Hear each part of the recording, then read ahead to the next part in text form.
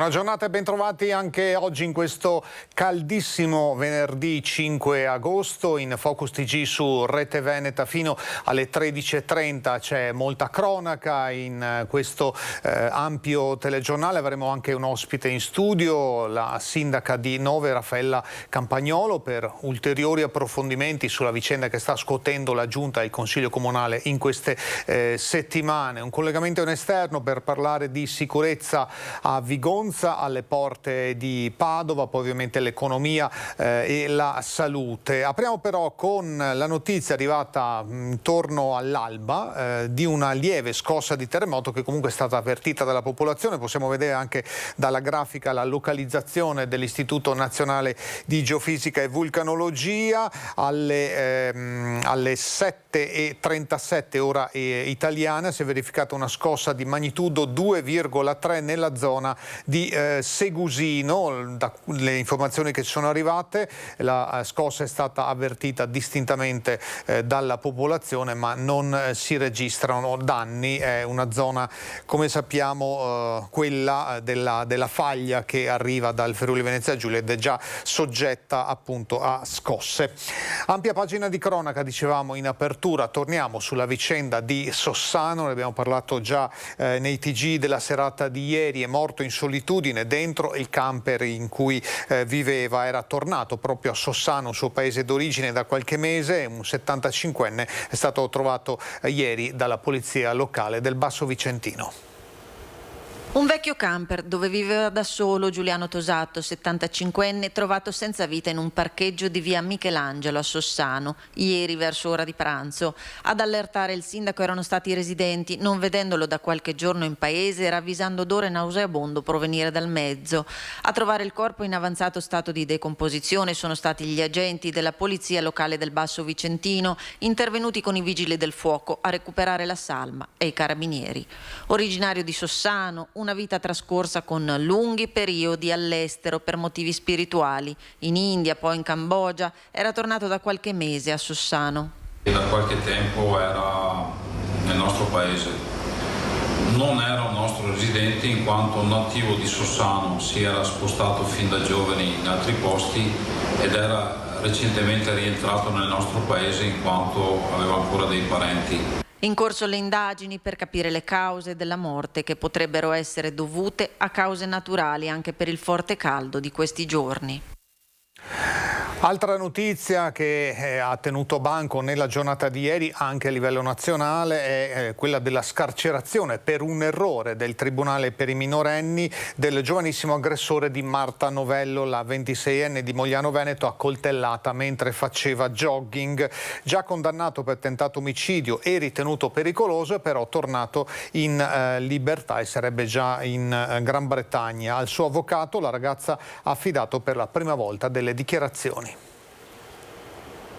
Errori burocratici o di disattenzione di questo tipo sono inammissibili e incomprensibili. In qualità di vittima è stato destabilizzante e sconfortante ricevere questa notizia. Parla per la prima volta tramite il suo avvocato Marta Novello, la studentessa di 26 anni di Marocco di Mogliano, ridotta in fin di vita nel marzo del 2021 dalle 23 coltellate infertele mentre faceva jogging da un quindicenne, anche lui del posto, che l'aveva scelta a caso per rapinarla. Il minorenne dal 21 luglio è libero, scarcerato a Napoli per un banale errore nei documenti di notifica del trasferimento dal carcere a una comunità.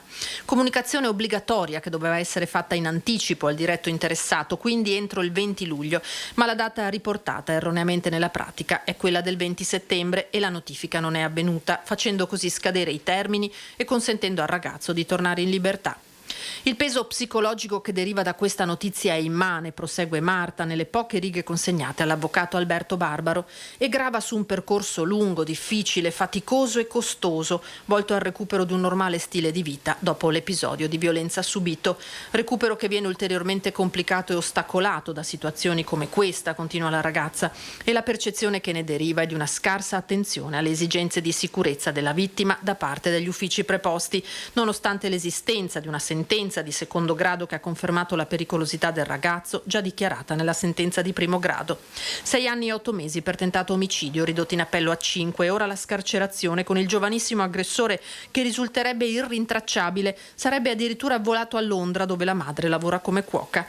Un allontanamento comunque legale, visti i termini di custodia scaduti e in assenza di un ordine del giudice. Circostanze che il difensore del ragazzo, l'avvocato Matteo Scussat, non conferma né smentisce. Rimane lo sbigottimento innanzitutto di Marta e della sua famiglia. Il mio pensiero, conclude nella sua nota la 26enne moglianese, va a tutte quelle donne che avevano già denunciato il loro aggressore, magari ottenendone anche la condanna, senza che questo impedisse allo stesso di commettere successivamente ulteriori atti di violenza o perfino di macchiarsi del loro omicidio, e ciò per l'inefficacia delle misure pensate per tutelare la sicurezza delle vittime. La comunità locale di Mogliano Veneto ovviamente sconvolta dopo la notizia della scarcerazione dell'aggressore di Marta Novello. Pensiero che va a Marta, alla famiglia, e per loro una ferita che si apre, dice il sindaco di Mogliano Bortolato. È irrispettosa questa cosa nei confronti di Marta e della famiglia. Il pensiero del sindaco di Mogliano, Bortolato, appreso della scarcerazione del giovane aggressore di Marta Novello, va proprio alla ragazza e alla sua famiglia. Primo cittadino che poi ricostruisce gli ultimi fatti, sottolineando l'impegno di Comune e ULSS nella vicenda. È arrivata questa ordinanza che chiedeva ad ASL e al Comune di trovare in pochissime ore una struttura specializzata per accogliere il ragazzo. Lo abbiamo fatto un miracolo, in pochissimo tempo abbiamo trovato questa struttura, peccato che il ragazzo è risultato irreperibile. Una notizia arrivata come un fulmine a ciel sereno a Mogliano. Siamo allibiti, il ragazzo è stato scarcerato per scadenza dei termini di custodia e questo ci fa vedere come la giustizia italiana spesso non funzioni. Il sentimento del primo cittadino è il medesimo condiviso dai moglianesi per una giustizia che a volte dicono lascia l'amaro in bocca. Non sempre c'è giustizia vera. Ci siamo abituati ormai e dobbiamo andare avanti così. La giustizia purtroppo a volte è una buona di qua, buona di là, però ci stanno tante lacune, ecco, da colmare. Purtroppo molte volte le cose capitano proprio per i tempi e forse un po' di leggerezza su alcune cose. Quando è successo ha sconvolto comunque tutti. Una ferita che qui a Mogliano non si è mai completamente cicatrizzata. È una ferita aperta e soprattutto per chi l'ha subito, insomma il fatto grave per Marta, e il pensiero va a lei, insomma alla sua famiglia, e adesso purtroppo questa ferita si riapre. Dal Trevigiano ci spostiamo nel Vicentino con i controlli straordinari interforze coordinati dalla Questura. L'altra notte sono stati eseguiti controlli e verifiche anche in alcuni locali pubblici. Ad agosto non rallenta la Vicenza l'attività di controllo del territorio, coordinata dal Comitato Provinciale per l'Ordine e la Sicurezza e messa in atto dal Questore di Vicenza Paolo Sartori. Le forze dell'ordine hanno setacciato fino a notte inoltrata alcune aree che avevano registrato nei giorni scorsi specifici episodi di furti e rapine e fenomeni di degrado urbano, sia nel centro storico che nei quartieri di Campo Marzio, Corso San Felice Fortunato e le zone limitrofe. In campo, coordinati dall'Ufficio Volanti della Questura, 30 donne e uomini di polizia, carabinieri, guardia di finanza e polizia locale. Sono stati effettuati dei posti di controllo lungo le principali strade di ingresso e uscita dalla città e controllati alcuni locali pubblici con i relativi clienti. Complessivamente nel corso dell'operazione sono state identificate 121 persone, di cui 49 stranieri e 29 con precedenti penali. Sono stati controllati inoltre 32 veicoli e 5 esercizi pubblici. Al termine il Questore ha deciso per 4 fogli di via obbligatori, con obbligo di rientro nei rispettivi comuni di residenza, e 3 avvisi orali nei confronti di cittadini italiani e stranieri con precedenti penali per reati di varia natura, in particolare contro il patrimonio e per stupefacenti. Nelle ultime settimane, dunque, sono stati ulteriormente incrementati i controlli nei parchi pubblici e nelle aree all'aperto, dove i cittadini hanno segnalato situazioni di criticità. Un altro intervento delle ultime ore da parte della polizia di Vicenza, un arresto in flagranza di reato di un 21enne residente a Pescara. L'accusa per lui è di rapina. Il giovane è stato bloccato mentre era in corso una violenta colluttazione con il titolare di un ristorante a Vicenza. Il giovane era entrato travisato, col volto travisato e con una pistola, chiedendo l'incasso. Il ristoratore, approfittando di un momento di distrazione, gli è saltato addosso, riuscendo a bloccargli entrambe le mani nel tentativo di disarmarlo. Da lì è scaturita una colluttazione. L'arma si è poi rivelata un'arma giocattolo, ma senza il tappo rosso. Il 21enne è stato portato nelle camere di sicurezza della questura. Sul pavimento del ristorante la polizia scientifica ha recuperato e sequestrato la bandana utilizzata dal giovane per nascondere il suo volto, oltre che a questa arma giocattolo utilizzata per tentare la rapina. Breve pausa pubblicitaria, torniamo tra poco con Focus TG e un ospite in studio.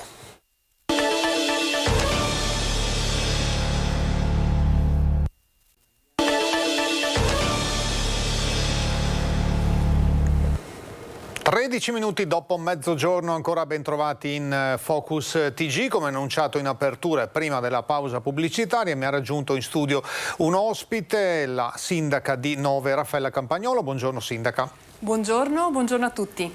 Allora, ne abbiamo trattato in questi giorni nel nostro telegiornale di Bassano. Faccio un breve riassunto delle puntate precedenti. Un paio di settimane fa ormai il vice sindaco Diego Fabris si è dimesso per motivi di lavoro. All'inizio di questa settimana, o meglio nel ponte diciamo tra luglio e agosto, si sono dimesse anche dal Consiglio Comunale altre due assessori, Rachele Lucia Sebellin, lavori pubblici, e Rosa Scarpino, responsabile dei servizi sociali e delle pari opportunità. Con le dimissioni da consiglieri, ovviamente lei sindaco ha convocato un consiglio per la surroga di questi due consiglieri, il consiglio che è convocato per il 30 di agosto. Si è parlato in questi giorni di terremoto, di possibile sfiducia nei suoi confronti. Lei l'altro giorno, proprio qui ai nostri microfoni, ha detto no, io resto al mio posto. Allora oggi, mezzogiorno e un quarto del 5 agosto, qual è il quadro della situazione? Confermo la mia volontà e fermezza nel rimanere in carica. Ci sono sicuramente delle difficoltà e proprio perché ci sono delle difficoltà, per senso di responsabilità rimango al mio posto e vivo il mio ruolo, focalizzandomi non solo sui problemi ma su tutte le opportunità. Non più tardi di questi giorni è arrivato un ulteriore contributo per il nostro museo, stanno partendo dei progetti da centinaia di migliaia di euro per il nostro paese e quindi c'è un'amministrazione che, come ogni amministrazione, ha un ordinario, uno straordinario da mandare avanti. Sicuramente il tema fondazione ha creato delle difficoltà e sono qui e rimango qui per risolverle. Allora, lei ha citato la fondazione Danieli, sì. Una delle accuse appunto che le è stata mossa è quella di non aver partecipato a questo incontro con la Regione proprio per parlare del futuro di questa fondazione. Su questo che cosa ci può dire?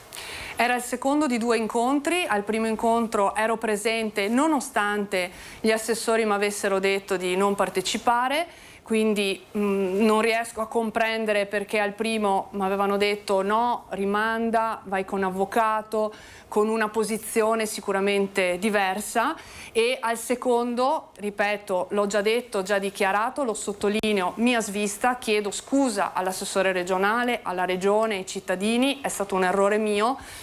Si dimettono perché sono mancata, dandomi la responsabilità di aver incrinato rapporti con la regione alla quale erano pronti e mi davano, come dire, sostegno per andare in controversia, quindi per fare ricorso. Allora ci sono delle cose che non capisco neanche io, perché le dimissioni non sono state motivate, ma le ho apprese un paio d'ore dopo che le avevano già protocollate. Ecco, c'è in ogni caso la surroga per i consiglieri è una cosa insomma che è abbastanza, non diciamo automatica, ma insomma va seguendo poi l'ordine della lista di presentazione delle candidature delle elezioni del 2019. Restano scoperti però attualmente 3 posti in giunta, quindi siete rimasti in 2 attualmente. Come pensa di procedere? È il mese di agosto, in assenza del segretario, in assenza di delibere urgenti, non vede la necessità di intervenire in modo immediato. Quindi la mia, posizione, il mio volere è proprio quello di comprendere la situazione e procedere. Nel momento in cui ci dovessero essere delle delibere, ma 2 settimane comunque sarebbero state di pausa, da portare in giunta, una decisione andrà presa. Le posizioni dei consiglieri sono state, dichiarate alla stampa. Quindi devo capire se c'è una volontà di procedere e se hanno i numeri per far saltare un'amministrazione. Ecco, Sindaco, è proprio questa la questione, no? Si dimettono due assessori importanti, lavori pubblici e servizi sociali, anche dal Consiglio Comunale. Il Circolo del PD ha chiesto le sue dimissioni, quindi c'è un po'. Forse lei sospetta che ci sia sotto un lavoro per cercare di arrivare a un numero di consiglieri che poi presentino in maggioranza le dimissioni contestuali, quindi facciano cadere Consiglio e Giunta, oppure tutto tranquillo e lei magari a sua volta sta cercando trattative? I consiglieri convinti per le dimissioni stanno contattando invece chi convinto non è.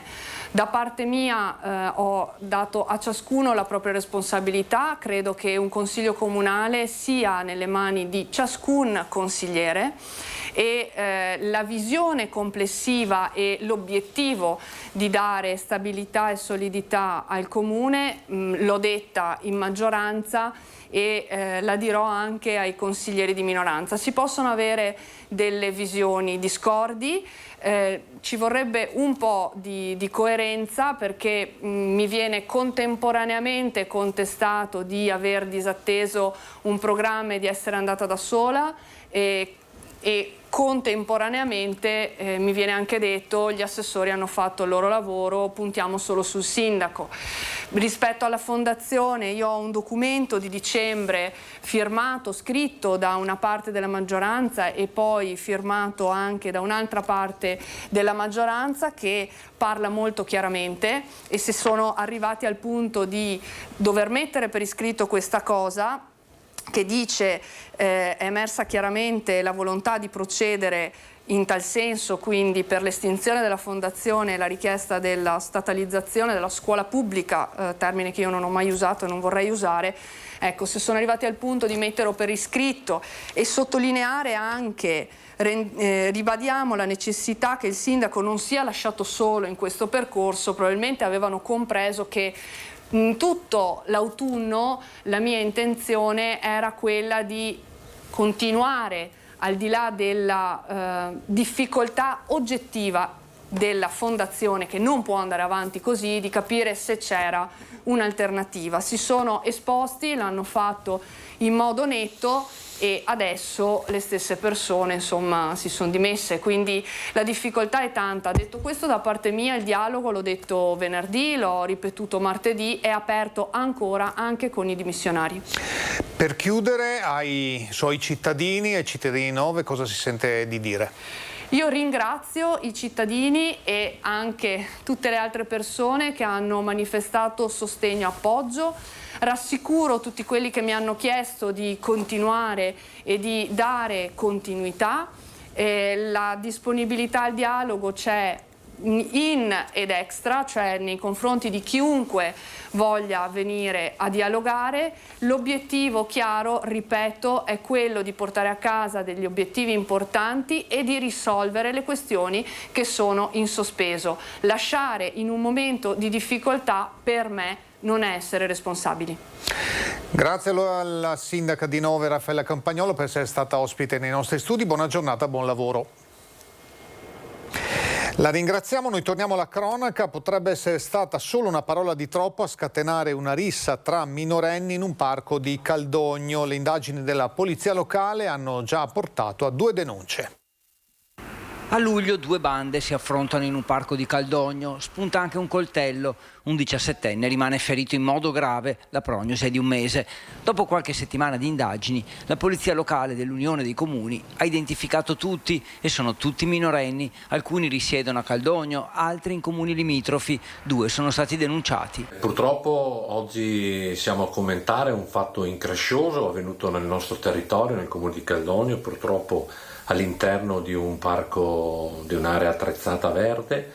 Dei ragazzini, tutti minorenni, si sono azzuffati e durante questa zuffa, non si capiscono i motivi, è comparso anche un coltello e uno di questi è stato ferito. Dei ragazzini, come dicevo, tutti minorenni, in parte di Caldogno, in parte di comuni, di altri comuni. I 2 denunciati sono un 16enne che avrebbe colpito 2 volte con il coltello la vittima, è accusato di lesioni volontarie e possesso ingiustificato di arma da taglio che nel frattempo è stata sequestrata. Denuncia per lesioni anche per un 17enne che avrebbe colpito la vittima con un pugno prima dell'accoltellamento. Le indagini però sono ancora in corso e potrebbero coinvolgere altri giovani. Una cosa vergognosa. La fortuna vuole che il comando di polizia locale è intervenuto prontamente e è riuscito a segnalare tutti questi ragazzi minorenni, i quali 2 anche alla Procura della Repubblica per i minorenni. Si stanno svolgendo ancora le indagini. Ci spostiamo ora nel Padovano, a Casale di Scodosia, per un incendio in un capannone di un mobilificio industriale. Ingenti i danni. Incendio al mobilificio industriale di via Nogarole a Casale di Scodosia, di proprietà di Giampaolo Morello, che è rimasto ustionato durante il rogo. Alle 18 di giovedì pomeriggio le fiamme hanno coinvolto 600 metri quadri del magazzino. L'intervento dei vigili del fuoco arrivati da Este, Padova, Abano Terme e Legnago con 3 autopompe, 2 autobotti, un'autoscala ha evitato che l'incendio, nato da un probabile cortocircuito, avvolgesse tutto il capannone, limitando quindi i danni. I cartoni e le plastiche dell'imballaggio, la tappezzeria e un importante quantitativo di legna vicino all'edificio hanno alimentato in maniera importante le fiamme che con il fumo si sono alzate e rese visibili anche a molti chilometri di distanza da Merlara quanto da Montagnana. Nelle vicinanze del capannone sono presenti anche un asilo e alcune abitazioni private che non sono state interessate dall'incendio. Ancora da quantificare l'entità dei danni che con tutta probabilità però saranno importanti. Abbiamo parlato ieri dei 500.000 euro di risarcimento ad Arzignano per le abitazioni private colpite dall'evento meteorologico dell'agosto 2020. Ebbene, il governo ha stanziato altri 31 milioni di euro per quei danni, i danni però del periodo successivo, 4-9 dicembre 2020. Soddisfazione è stata espressa dall'assessore al dissesto idrogeologico Giampaolo Bottacin per questo stanziamento, un evento che aveva colpito le province di Belluno, Treviso, Padova e Vicenza. Non possiamo ancora considerare chiusa la partita, ha detto l'assessore, ma con questo contributo, frutto dell'intensa collaborazione tra Regione e Governo, facciamo un bel passo avanti sulla gestione del post-evento calamitoso. Altra breve pausa pubblicitaria, tra poco ancora con Focus TG, tanta cronaca e notizie dal territorio. State con noi.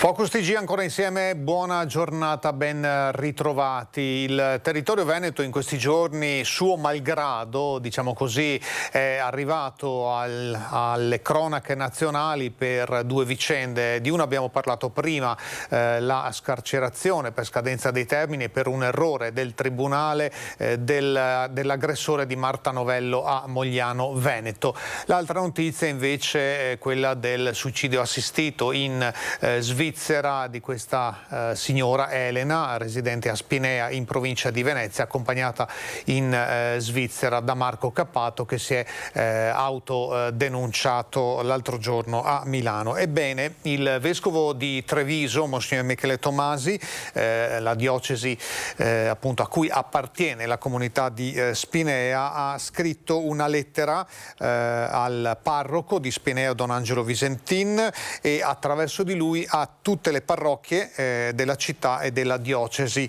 In questo caso il vescovo interviene proprio su questo caso di suicidio assistito. Don Angelo Visentin, che è il parroco della parrocchia di Santa Bertilla e di Crea, domenica leggerà il messaggio del vescovo a tutte le messe insieme al parroco dei Santi Vito e Modesto, Don Riccardo Zanchin. Ringrazio il vescovo per queste parole, dice Don Angelo, nella nota della diocesi, in particolare per l'invito alla preghiera e alla vicinanza nei confronti di chi soffre. Vi leggo alcuni stralci di questa lettera appunto del vescovo di Treviso Michele Tommasi. Caro Don Angelo, è sempre difficile prendere posizione su casi personali singoli perché è quasi impossibile riconoscere i drammi, le fatiche e le sofferenze legate a scelte, soprattutto se dolorose ed estreme. In questo caso, dice il vescovo, a maggior ragione, non conoscendo dei fatti se non quello che è stato riportato dai mezzi di comunicazione. Il primo moto, dice Monsignor Tommasi, è quello della preghiera per tutte le persone coinvolte, per quanti ora stanno soffrendo. E il vescovo poi lancia un invito a ciascuno ad assumersi le proprie responsabilità affinché possiamo essere sempre più testimoni e promotori di competenza, rigore scientifico e profonda umanità nel sistema delle cure rivolte alle persone che più soffrono e per quanti vivono le situazioni più vulnerabili dell'esistenza. C'è ancora tanto cammino da percorrere, tante risorse da impiegare, tanto coraggio e coinvolgimento personale da osare e condividere, anche coloro che formano e informano su temi di immensa rilevanza e responsabilità. Sosteniamo con amore la vita più fragile, conclude il vescovo, accompagniamo con caparbietà chi ha bisogno di non essere abbandonato e prendiamoci cura di ogni vita. Il messaggio, lo ripetiamo, sarà letto integralmente nelle parrocchie di Spinea nella giornata di domenica, riferendosi alla vicenda di Elena. Torniamo alla cronaca, andiamo a Jesolo. Contro il dilagare di tanti episodi di violenza, il sindaco corre ai ripari emanando una nuova ordinanza con cui chiude i nuovi accessi al mare nei fine settimana fino al 21 agosto.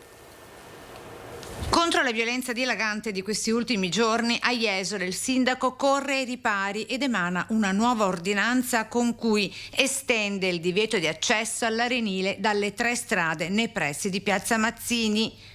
Provvedimento che prevede la chiusura degli accessi nelle serate di venerdì, sabato e domenica e così pure a Ferragosto, liberando il passaggio subito dopo le 4 del mattino del lunedì.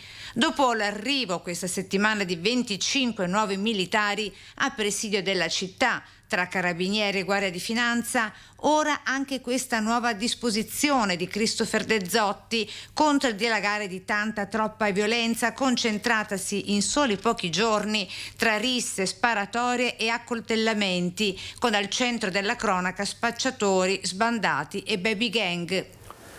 Baby gang in azione anche in un'altra località del litorale veneto, Sottomarina, con gli autisti del bus in balia proprio di questi baby bulli. Sono arrivati i carabinieri.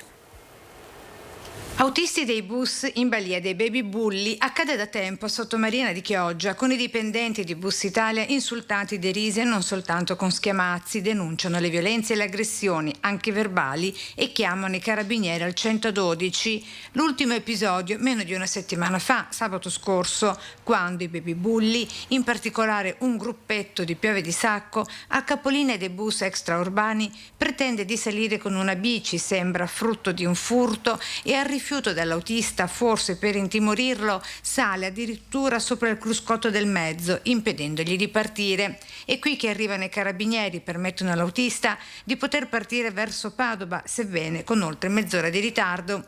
I sindacati di categoria, dopo questo ennesimo episodio, chiedono che il sindaco prenda posizione quanto prima al fine di arginare situazioni quale quella di sabato scorso, per evitare possano degenerare in qualcosa di più grave. Restiamo nel veneziano, andiamo a Mestre nell'area di via Sansovino dove c'è a quanto pare del degrado. Siamo a 2 passi dal centro città, a oltre un mese dall'acquisto all'asta del terzo proprietario, ancora nessun intervento di bonifica né ambientale né sanitario. È trascorso più di un mese dall'acquisto all'asta per 10 milioni di euro del cantiere degradato e abbandonato di via Sansovino a Mestre. Ad oggi ancora nessuna risposta scritta da parte di Cafarsetti all'interrogazione presentata dal gruppo consigliere verde progressista in merito al futuro dell'ex officina Cellina, poi diventata Enel nel primo dopoguerra e risalente ai primi del Novecento. L'acquisto dell'intera area con i 3 nuovi immobili, dove ci sono complessivamente 89 abitazioni finite al grezzo, è infatti vincolato al diritto di prelazione riconosciuto per legge a favore dello Stato ed altri enti territoriali, e cioè Soprintendenza, Regione, Città Metropolitana e appunto Comune. Il Comune deve dichiarare se è interessato o no a quell'acquisto dell'area storica, il manufatto della Cellina, che ha anche dei vincoli della sovrintendenza. Fatto questo, probabilmente si sbloccherà il tutto. Riconosciuta e nota da più parti la situazione di abbandono e di grande degrado dell'area, mete e bivacco permanente di spacciatori sbandati, prostitute e tossici, e ridotta per questo ad immondezzaio anche a causa dell'erba alta e incolta.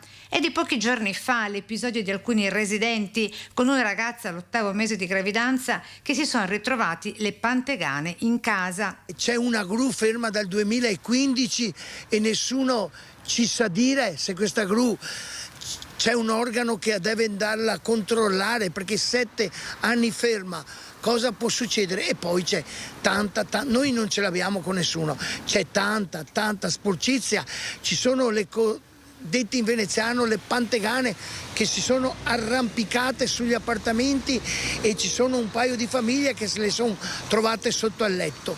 Io vorrei vedere chiunque di quelli che devono gestire questa cosa vivere in questa situazione. Insomma, un degrado insostenibile e reso oggettivamente ancora più estremo anche dalle alte temperature di questi giorni, per una situazione che perdura oramai da ben 7 anni. Siamo sotto il bruciore dei primi di agosto ed al momento non è stato fatto nessun intervento. Degrado a Mestre, degrado anche a Vicenza, perché la Polizia Urbana Sanitaria Ecologica ha multato i proprietari di 2 aree verdi in Strada del Paradiso, 2 aree in evidente stato di abbandono.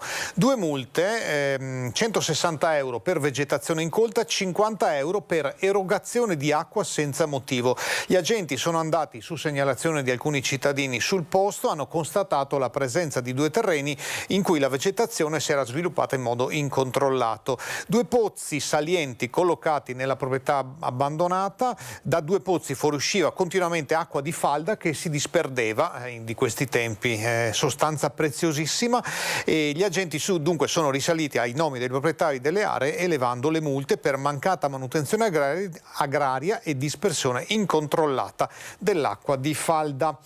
Torniamo a Mestre con il bonus 110%, ben 580 alloggi comunali saranno riqualificati. Nelle prossime settimane partiranno i cantieri nel quartiere Pertini.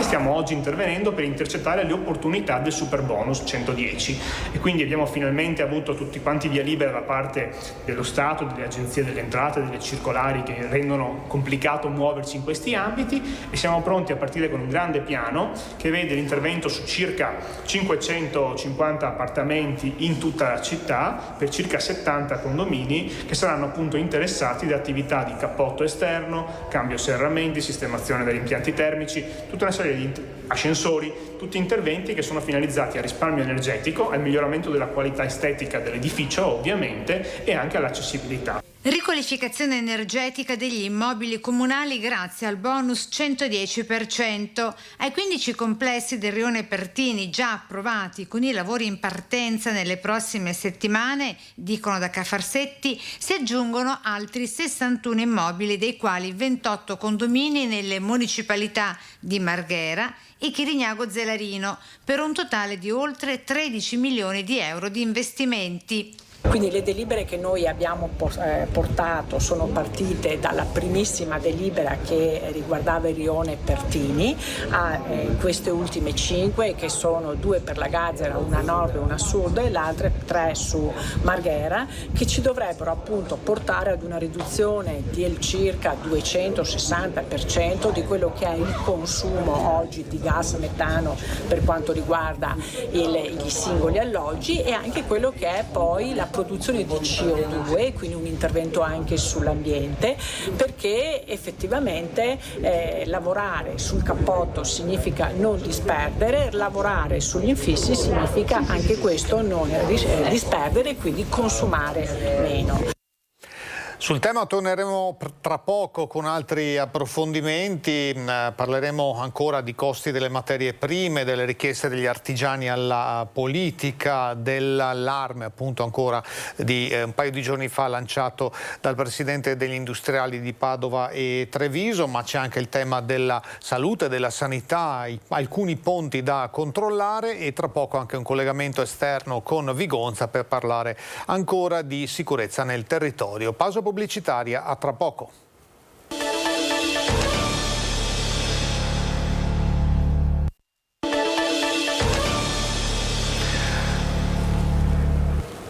Ancora ben trovati in Focus TG fino alle 13.30 qui su Rete Veneta. Dicevamo del caldo, oggi dovrebbe essere raggiunto un ulteriore picco in attesa, lo vediamo proprio anche dalle previsioni dell'ARPAV, che nel fine settimana già a quanto pare dal pomeriggio di domani si abbassino le temperature, a quanto pare anche notevolmente, per l'arrivo di alcuni temporali tra domani pomeriggio e domani sera, soprattutto sulle zone montane, domenica e lunedì un po' su tutto il territorio regionale. Le temperature non abbiamo ancora quelle di oggi perché bisogna aspettare le 13 che sono le 12 ora solare. Comunque ieri 36 gradi raggiunti a Treviso, 36 gradi raggiunti a Vicenza. La temperatura diciamo meno calda era di 33 gradi a Belluno e di 33 in località Cavallino sul litorale veneziano. Spero ce ne siano un po' meno invece lì dove si trova il nostro Francesco Ratai, ma sicuramente meno è all'interno, credo, il municipio a Vigonza. Buongiorno Francesco. Buongiorno Mirko, buongiorno ai telespettatori di Rete Veneta. Sì, l'estate è calda anche qui a Vigonza, è calda anche dal punto di vista della sicurezza, perché nelle scorse settimane il comune della cintura padovana è stato vittima di parecchi furti da parte di predoni, furti e tentati furti che, ricordiamolo, magari non portano via niente, ma i danni li fanno lo stesso, perché la porta è da cambiare, la finestra è da sistemare, quindi anche se non viene rubato niente il danno è comunque importante, oltre a quella che è una violazione personale di vedersi entrare o sentirsi violati per l'ingresso di qualcuno nella propria casa. Il comune cosa ha fatto? Non è certamente stato ad attendere e ha deciso di cambiare i turni dei vigili urbani. Prima si finiva verso le 20, verso le 19, il turno adesso è fino alle 3 di notte, in maniera da poter andare in giro e controllare il territorio. È così, Sindaco?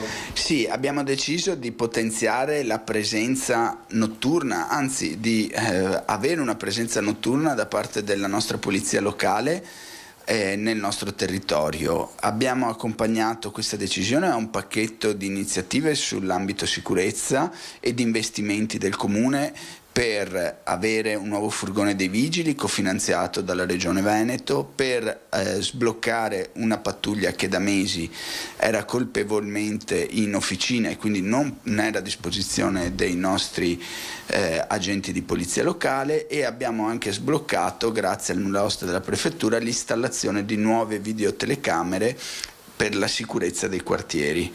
Quindi abbiamo subito nel primo mese di mandato messo in campo quello che oggi è il massimo che un'amministrazione comunale può fare, perché vista la situazione, ricostruire un sistema di sicurezza sul territorio richiede solitamente anni.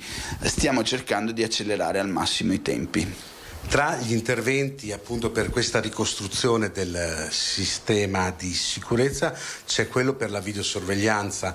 Anche qui il problema, ci spiegava il sindaco Boscaro, non è solo legato all'acquistare queste telecamere, questi sistemi di videosorveglianza, ma proprio reperire i materiali per farli avere, perché le richieste sono per tempistiche molto lunghe. Sì, questo è un problema che viviamo noi come vivono le famiglie e le aziende, ahimè. Abbiamo dei tempi molto lunghi per il reperimento dei materiali e per l'esecuzione degli appalti. Si parla di 2-3 mesi. Lo vediamo nella videosorveglianza, a cui stiamo dando massima priorità e stiamo cercando di conculcare i tempi, ma lo vediamo anche nell'illuminazione a LED. Abbiamo già stanziato 75.000 euro fin da subito per iniziare a riqualificare le luminarie in modo tale da non subire il caro bollette che è assolutamente fuori scala, come le famiglie, anche il comune ha pagato delle bollette esorbitanti. Pensiamo che solo il 27 luglio ho dovuto stanziare 300.000 euro straordinari di bollette e quindi oltre ai 600 che erano già a bilancio, quindi parliamo di una spesa che è già aumentata verso il 1 milione di euro e che con ogni probabilità arriverà a 1,2 milioni, 1,3 milioni entro fine anno. Il tema delle luci a LED ci riporta comunque alla sicurezza, perché un caso particolare è che questi predoni che hanno attaccato Vigonza, ricordiamolo, Vigonza è nella parte a est rispetto alla città di Padova, ha un territorio molto ampio e ha una via di fuga verso l'autostrada molto comoda. Questo probabilmente è anche il motivo per cui è stata scelta e negli anni è stata scelta, oltre al fatto di essere un comune in cui il benessere è abbastanza visibile. Ma la particolarità che ci diceva il sindaco è che appunto per cercare di risolvere i problemi del caro bolletta, in alcune zone e in alcuni orari le luci comunali vengono spente. Questo però non ha fermato i ladri. No, e la particolarità è che spesso i furti e i tentati furti si sono realizzati con l'illuminazione accesa, che in un paio di situazioni è stata spenta, tra virgolette, dai ladri proprio rompendo il lampione. E quindi, ahimè, da una parte ci troviamo a dover ridurre l'illuminazione pubblica, dall'altra vediamo che i ladri con la luce accesa o con la luce spenta continuano nella loro azione. Ricordo solo che un anno fa con le luci completamente accese sono stati svaligiati 60 appartamenti in una settimana, quindi abbiamo una situazione che definiamo quasi emergenziale, che va ad ondate e quindi ahimè oltre il danno la beffa. Andiamo a spegnere i lampioni e tranne poche eccezioni poi i ladri vanno a colpire le zone che riusciamo a tenere con grandi sacrifici illuminate. Ladri che non hanno paura di niente, perché colpiscono anche le abitazioni quando all'interno delle stesse ci sono i proprietari di casa.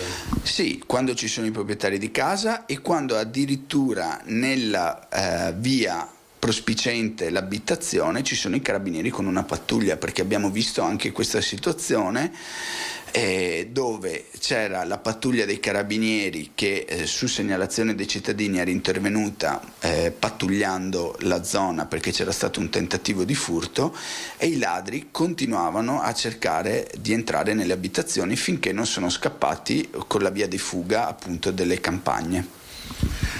Mirko, non so se hai delle domande da studio, se no io ti giusto per avere il quadro, per chi non è di Vigonza, capire dal sindaco Gianmaria Boscaro, certo, che ringraziamo, come è organizzato il servizio di polizia locale, cioè quanti agenti ha a disposizione, se è in consorzio con altri comuni oppure no. Certo, adesso lo chiediamo al sindaco Boscaro.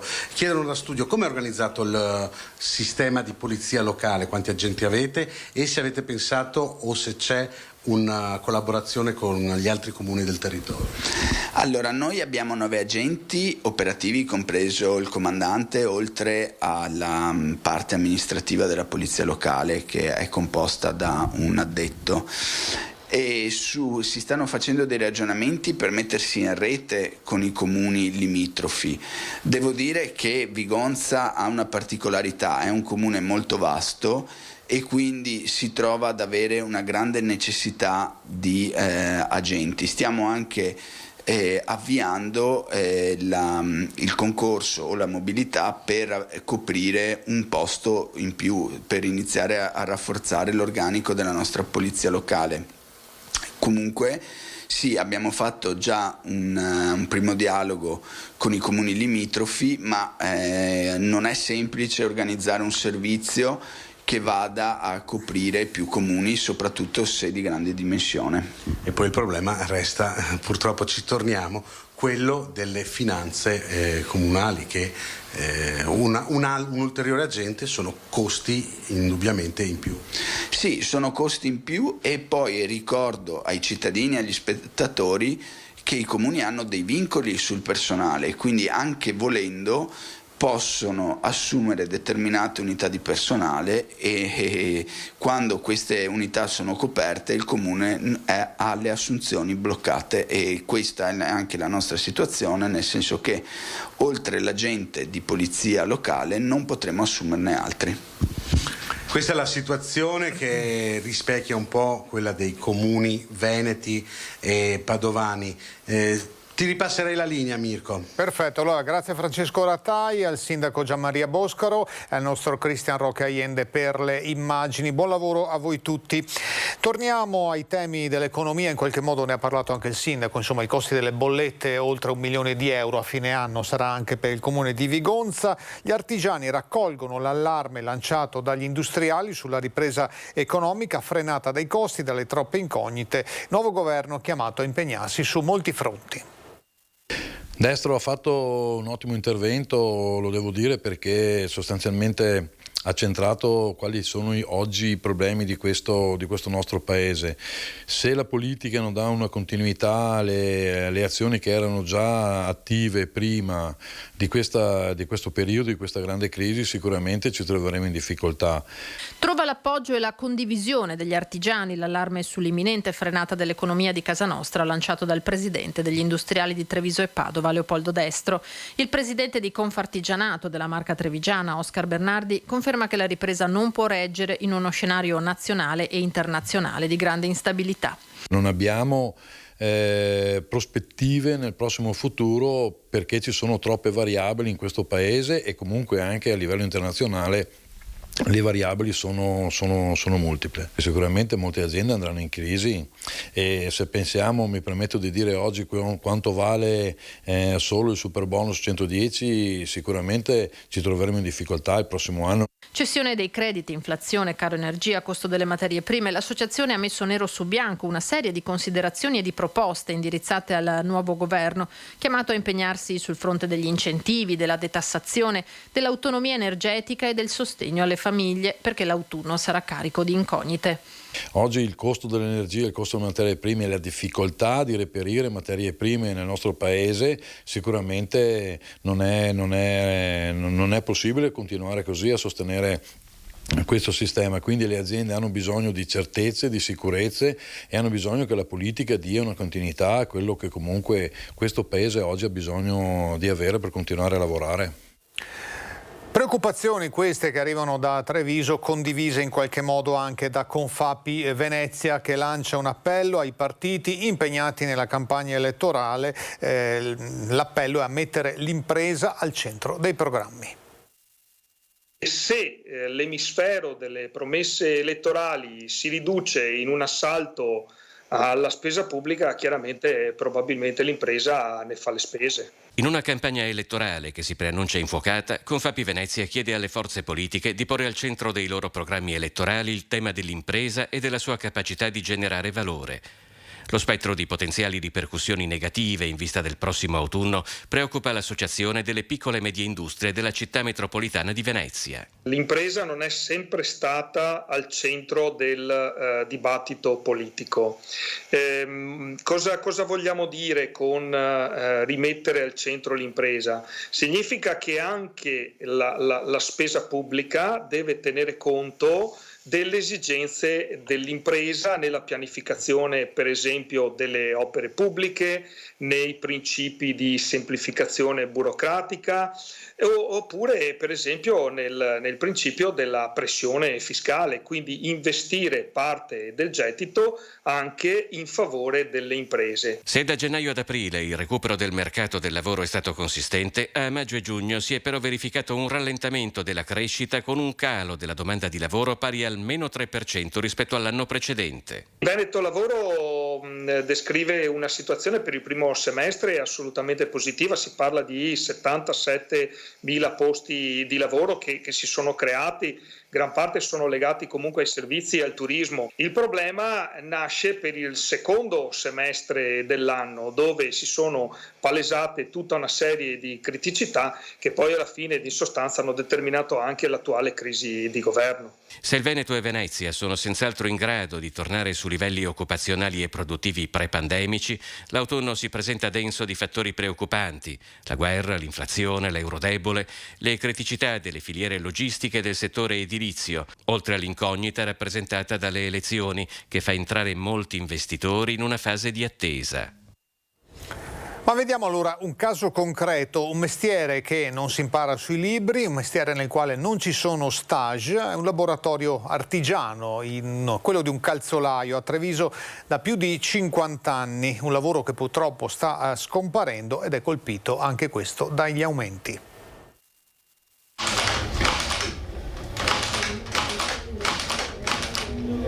Che faccio il mestiere qui in questo negozio 54-55 anni, però che faccio il lavoro, avevo 13 anni, 65. Un lavoro di cura e pazienza su macchinari che in questo laboratorio artigiano possono avere anche 70 anni, comprati usati quella volta dal signor Bruno Traversin, lo storico calzolaio della chiesa votiva, che da poco ha passato il testimone al figlio Nicola. Nessun altro ha mai bussato in questi anni alla sua porta per chiedere un lavoro. Non è mai venuto nessuno. Comunque sai che devi mettere le mani dentro le scarpe delle altre persone e quindi tante persone non lo vogliono fare. E lavori in mezzo comunque alla polvere, allo sporco, tante persone non lo vogliono fare. Dopo io devo avere un ragazzo, lo devo mettere tutto con tutti i suoi contributi, con tutte queste robe. Questo qua è un lavoro che praticamente le scarpe, ci sono scarpe di valore, ma ci sono anche scarpe che non vale neanche la pena di riparare. Un mestiere che non si impara sui libri, dove non esistono gli stage, eppure il lavoro c'è. Quest'anno il negozio resta chiuso soltanto per una settimana per le ferie. Sono tante ore di negozio, le ferie sono pochissime, i ponti, quando la gente deve partire ovviamente ha bisogno delle scarpe, devi prepararle sotto le feste. Poi una volta c'era il ragazzetto del paese che diceva vai a imparare dal calzolaio e lo metteva lì e quasi quasi il papà gli dava i soldi al calzolaio per tenere il figlio, che pur impararsi un mestiere non esiste più una cosa del genere. Una vita dietro a questo bancone. I Traversin sono 3 generazioni di calzolai alle prese oggi con i rincari di colla, gomma, almeno il 15% più il costo dell'energia. Rincari che inevitabilmente pesano sull'utente finale. E va che devi aumentare €1, €1,50, €2 a scarpa e quindi oppure devi mediare col cliente, vediamo, facciamo, cioè devi lavorare nella mediazione poi anche col cliente. E con questa storia, questa vicenda, arriviamo all'ultima pausa pubblicitaria. Focus TG fino alle 13:30. State con noi.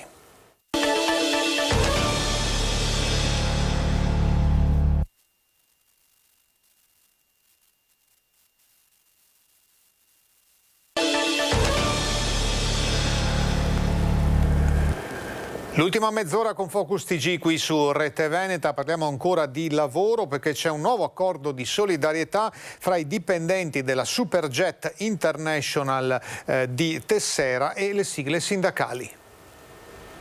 È stato firmato un nuovo accordo di solidarietà fra i dipendenti Superjet International di Tessera, 120 persone, e i sindacati di categoria con la RSU, che permetterà ai lavoratori di aumentare la loro presenza in azienda, andando a incrementare i loro giorni di lavoro.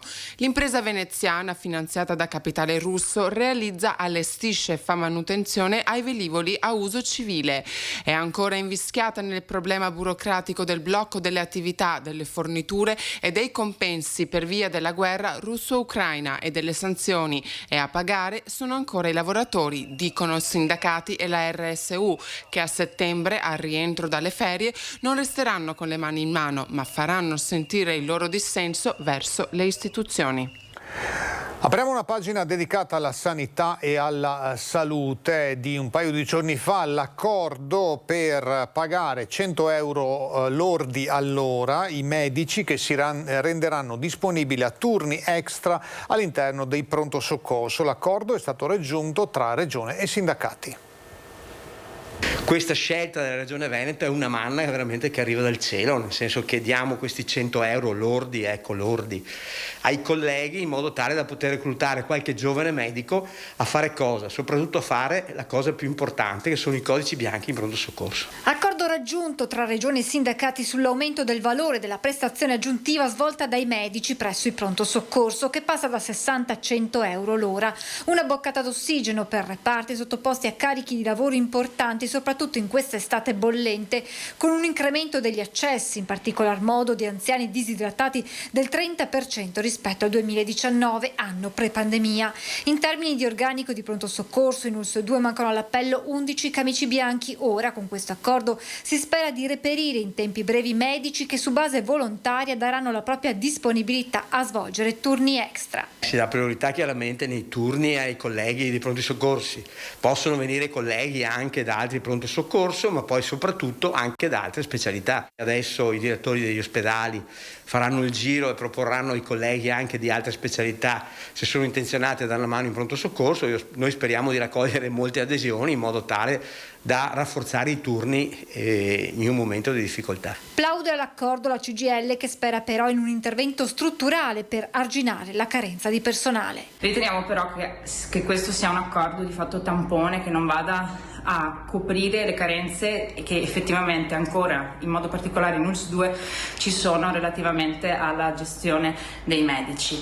In più, rispetto al percorso che la Regione in questa fase ha avviato, chiediamo alla stessa di convocare le organizzazioni sindacali anche per l'apertura del tavolo del comparto. Una delle parole chiave di quest'estate sta diventando West Nile, appunto il virus dell'ovest del Nilo. Un altro caso a Chiarano nel Trevigiano, in tutto 3 le persone ricoverate a Treviso. Noi siamo andati a Salgareda, dove c'era stato il primo caso e dove è arrivata anche la nota dell'ULSS 2 sulle misure di contrasto alla diffusione di questa e di altre malattie da vettore. La nota dell'ULSS 2 è arrivata sul tavolo del sindaco veterinario di Salgareda, Andrea Favaretto, proprio ieri. Contiene le indicazioni per i comuni sulle misure da adottare per limitare la diffusione di malattie trasmesse da vettori. Proprio a Salgareda si è verificato il primo decesso di West Nile nella provincia di Treviso, un 87enne.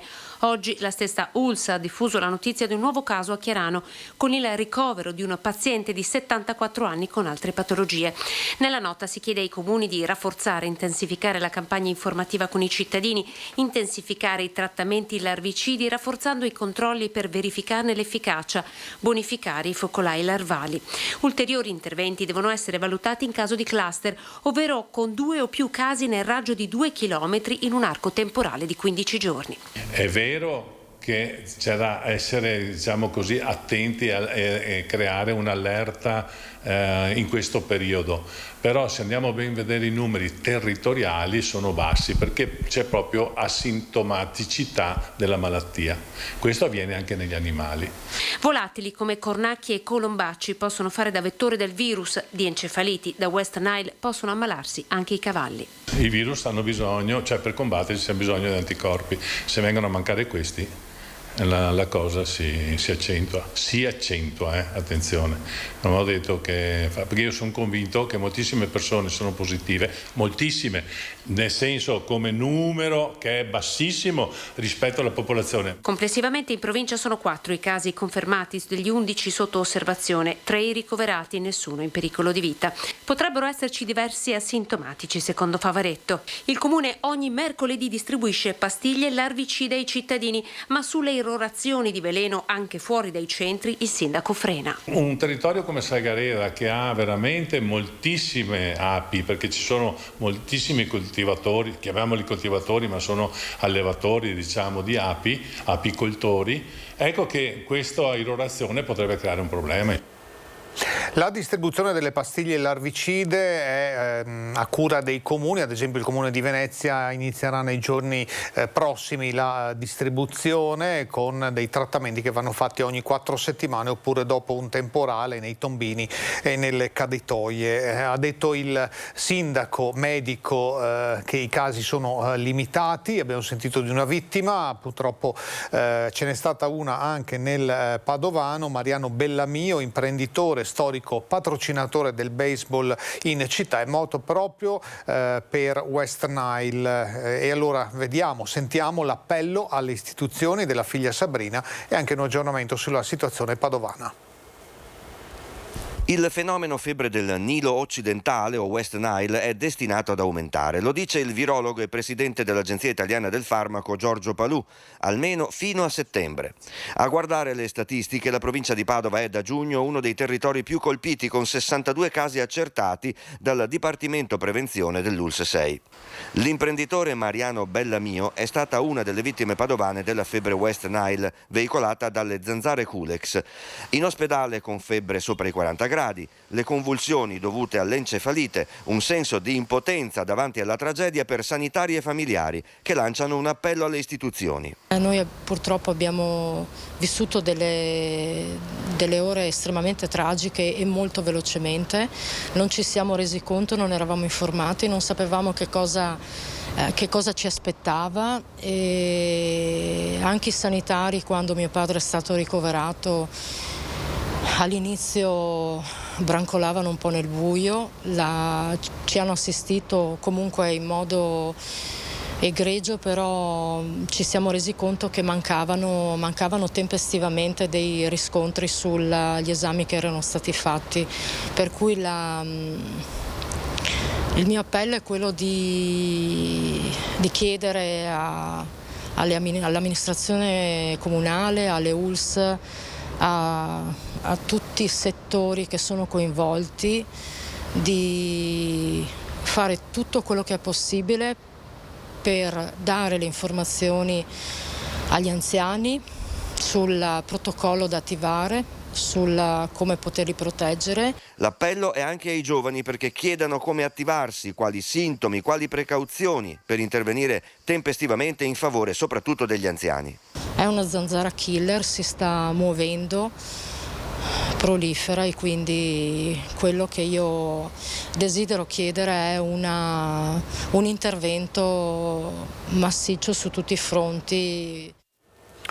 Torniamo a Treviso, perché è stato identificato dalla polizia locale il proprietario della Mercedes bianca che lunedì notte si era schiantata in via Santa Bonavecchia centrando in pieno una Y10. Ecco, vediamo le immagini, era una macchina che era parcheggiata all'autostrada. È un 56enne di Cornuda il proprietario. La macchina sarebbe intestata all'azienda, che risulta essere di sua proprietà. Sono ancora in corso le indagini per capire le dinamiche e la causa esatta dell'accaduto. Il proprietario dell'auto che è stata danneggiata ha fatto sapere di aver già contattato un avvocato con cui procedere per vie legali per fare ulteriore chiarezza. È stato riaperto il Ponte della Libertà a Limena, alle porte di Padova, chiuso dopo che un camion vi era rimasto incastrato. Serve un ponte nuovo, dice il sindaco.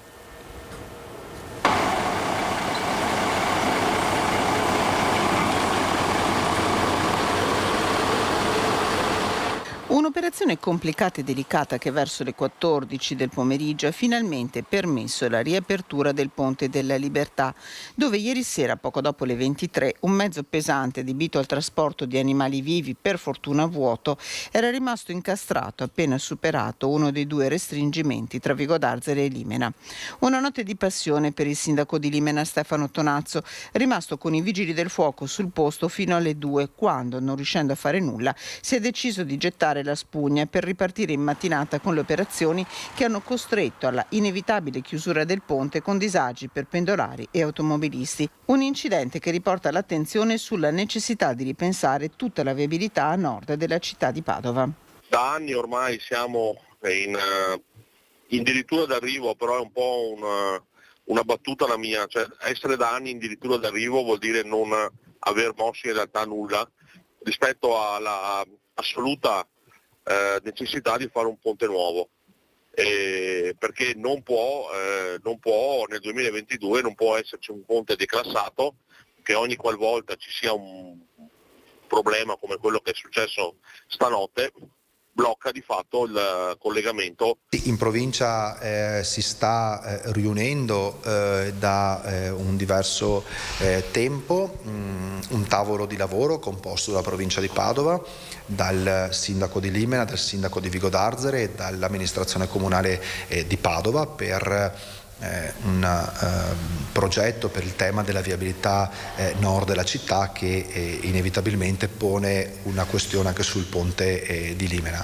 Ingenti danni ma nessun problema statico per la struttura, dove la portata è limitata a 3,5 tonnellate ed esiste il divieto di transito per i mezzi superiori ai 2 metri di larghezza. Da anni al lavoro un tavolo con provincia di Padova e i comuni dell'area.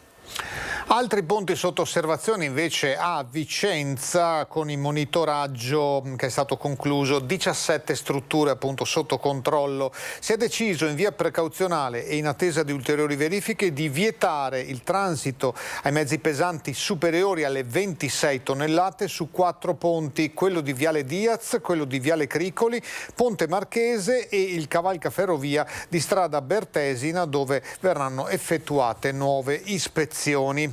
Torniamo invece a Padova per un altro intervento, un'altra chiusura importante. Da lunedì e per tutta la prossima settimana il cavalcaferrovia Borgomagno sarà chiuso al traffico direzione Arcella. Si stanno infatti ultimando i lavori di manutenzione della rotaia del tram, anche con l'emissione della resina che la sostiene nella corsia.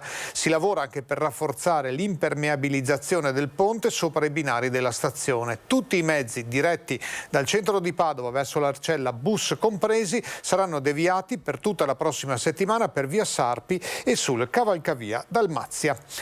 Torniamo ai temi sanitari, parliamo di Covid, perché all'ospedale di Vicenza aumentano e sono tanti i casi di accesso al pronto soccorso pediatrico. Almeno 5 su i 30-40 accessi abituali che abbiamo in pronto soccorso sono positivi. Il Covid non rispetta estate e vacanze e al pronto soccorso pediatrico dell'ospedale di Vicenza i numeri sono molto simili a quelli dell'inverno. Dei 30-40 accessi al giorno, di media 5 sono positivi al tampone.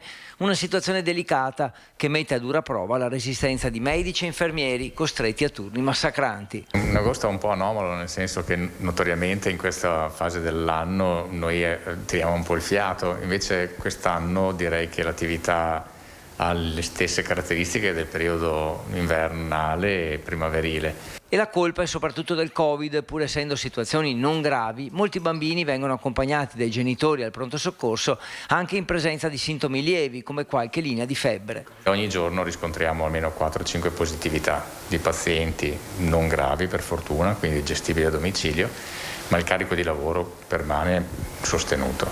In pratica la struttura è costretta ad avere un doppio pronto soccorso. Quando un paziente arriva in accettazione dichiarando una sintomatologia febbrile o gastroenteritica deve passare attraverso la parte dedicata al paziente Covid, quindi abbiamo praticamente un personale che si occupa solamente di questa area perché deve essere messo in sicurezza.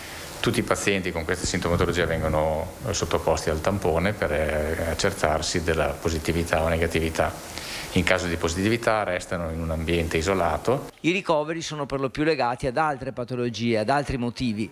Pazienti che arrivano per esempio con un trauma cranico, fanno il tampone, sono positivi, quindi restano in area Covid per altri motivi, compresa la positività. Non abbiamo avuto questa settimana un paio di bambini piccoli con problematiche respiratorie, ma si sono risolti per fortuna rapidamente. La speranza è che l'andamento rallenti per dare una tregua al personale e consentire a medici e infermieri di occuparsi dei casi di malattie più gravi.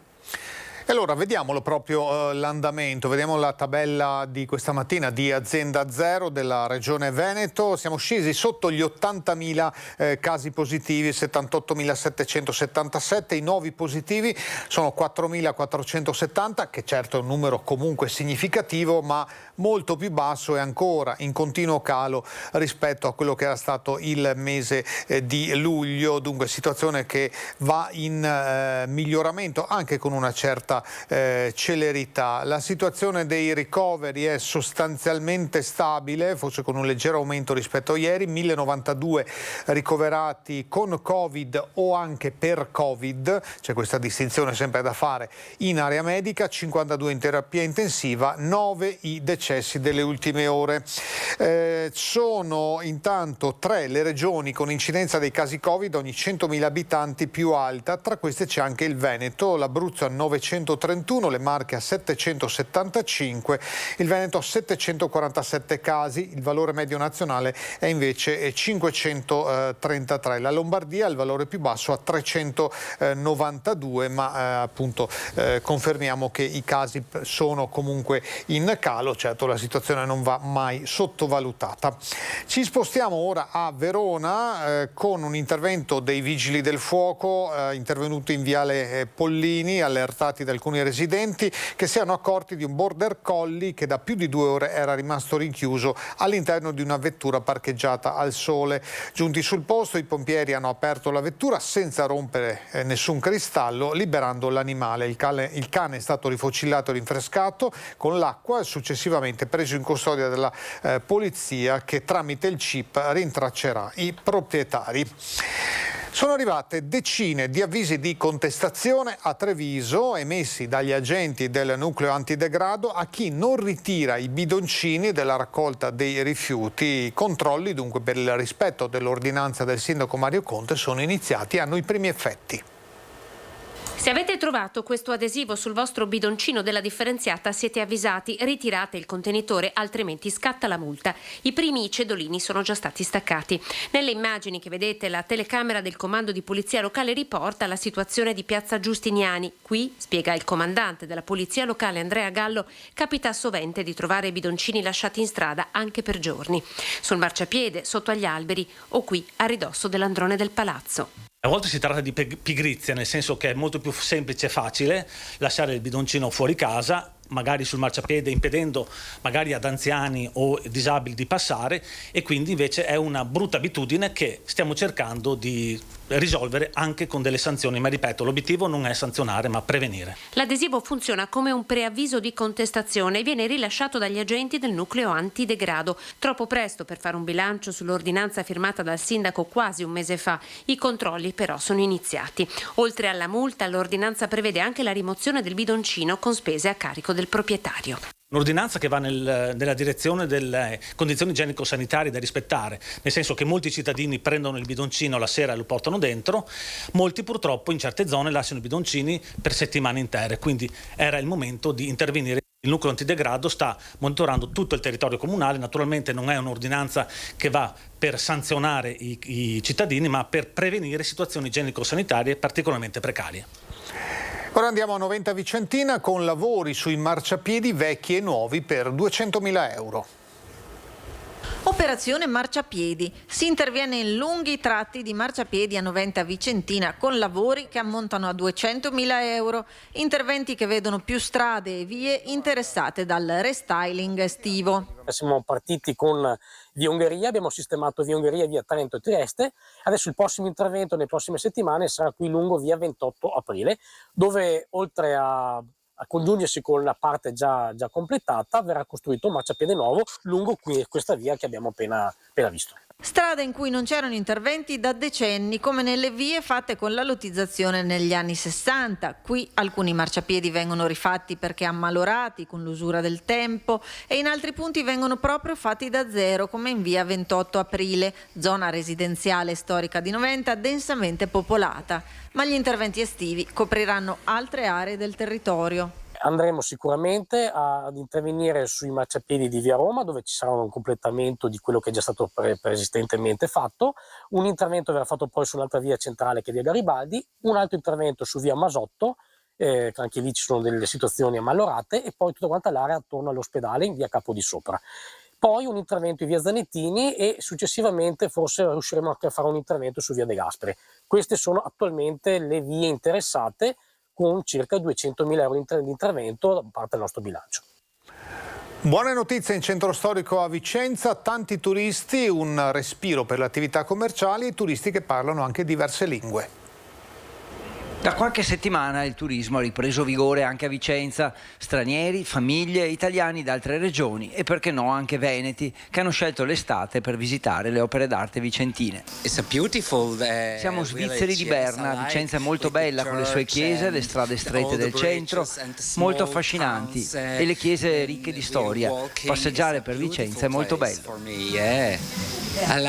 Da dove arrivate? Da Parigi. È la prima volta che venite a Vicenza? No, la seconda.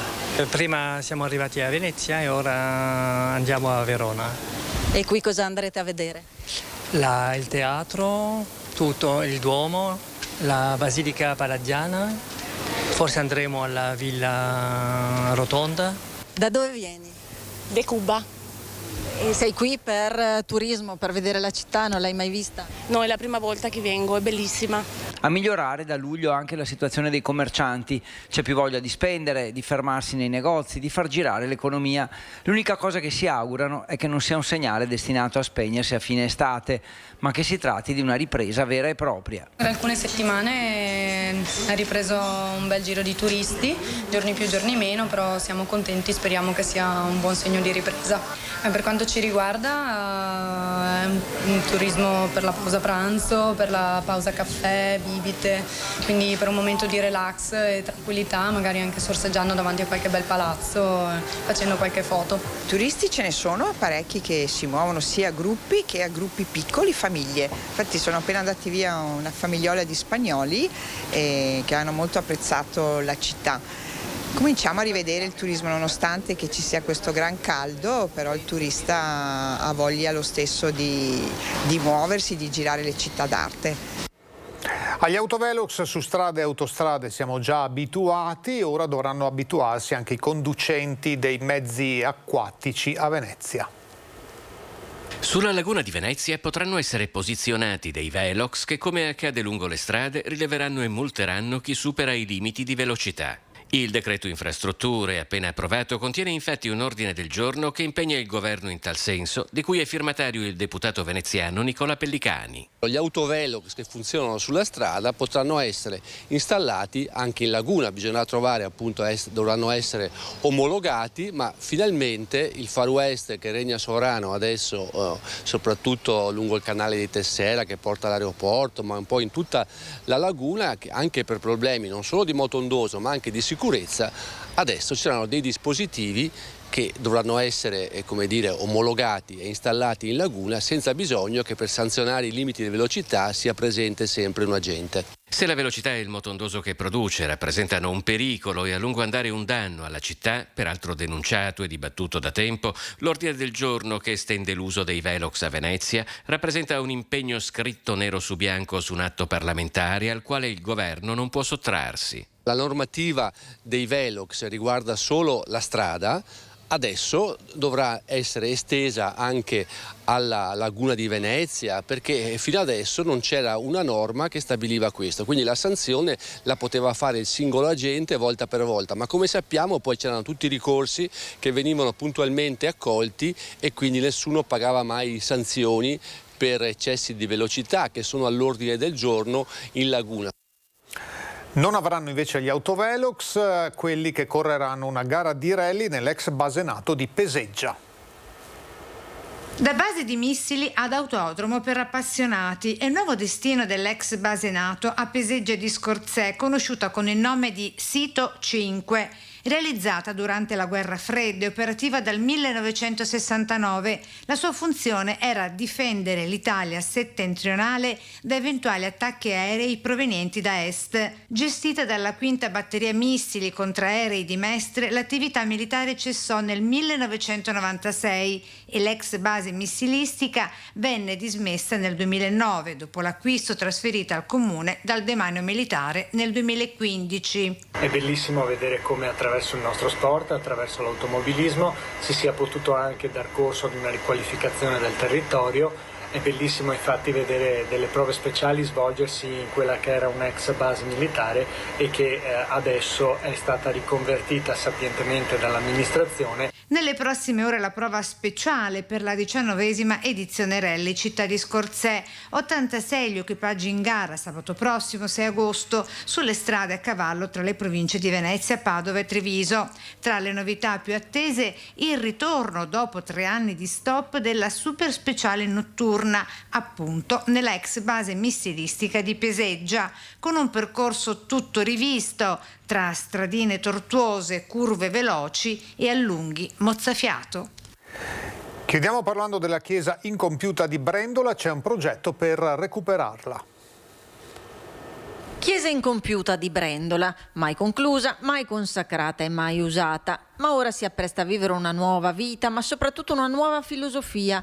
L'amministrazione con l'Università UAV di Venezia ha siglato un'intesa per l'avvio di una ricerca da parte degli studenti con l'idea di riprogettarla per renderla fruibile al pubblico. Non un rudere, ma un centro di socialità che possa ospitare mostre, concerti, spettacoli ed eventi pubblici. È stato presentato così il progetto di restauro per la conservazione e valorizzazione della chiesa monumentale che rappresenta il simbolo della città. Ora sarà la volta della messa in sicurezza statica della struttura per renderla fruibile al pubblico, riscrivendone le funzioni rispetto all'origine. Gli allievi dello UAV di Venezia hanno studiato la ristrutturazione delle rovine. Incompiuta attira il turista appunto perché è una rovina e come tale la dobbiamo conservare mantenendo la memoria storica di chi negli anni durante la seconda guerra mondiale ha messo soldi, ha messo tutti i propri averi pur di avere questa chiesa. In questa maniera riusciamo a conservare quindi memoria storica, riusciamo a conservare il paesaggio e riusciamo a dare la fruibilità ai cittadini di questa bellissima struttura. Ora si punta ai fondi europei per valorizzare la struttura che ha compiuto 40 anni e che rappresenta parte del patrimonio storico-artistico della città, oltre che memoria storica. Adesso dovremo reperire i fondi, saranno 2.400.000 euro e cercheremo di trovare delle collaborazioni pubblico-private, tendendo anche poi a fondi PNRR o fondi europei per cercare di portare a termine quanto prima questo progetto e renderlo fruibile per la nostra cittadinanza quanto prima. Focus TG per oggi finisce qui, torniamo domani a mezzogiorno, ma voi restate su Rete Veneta perché tra pochi minuti Ida De Poli con i suoi itinerari turistici ci porterà a Cavaso del Tomba. Grazie per l'attenzione, buona giornata.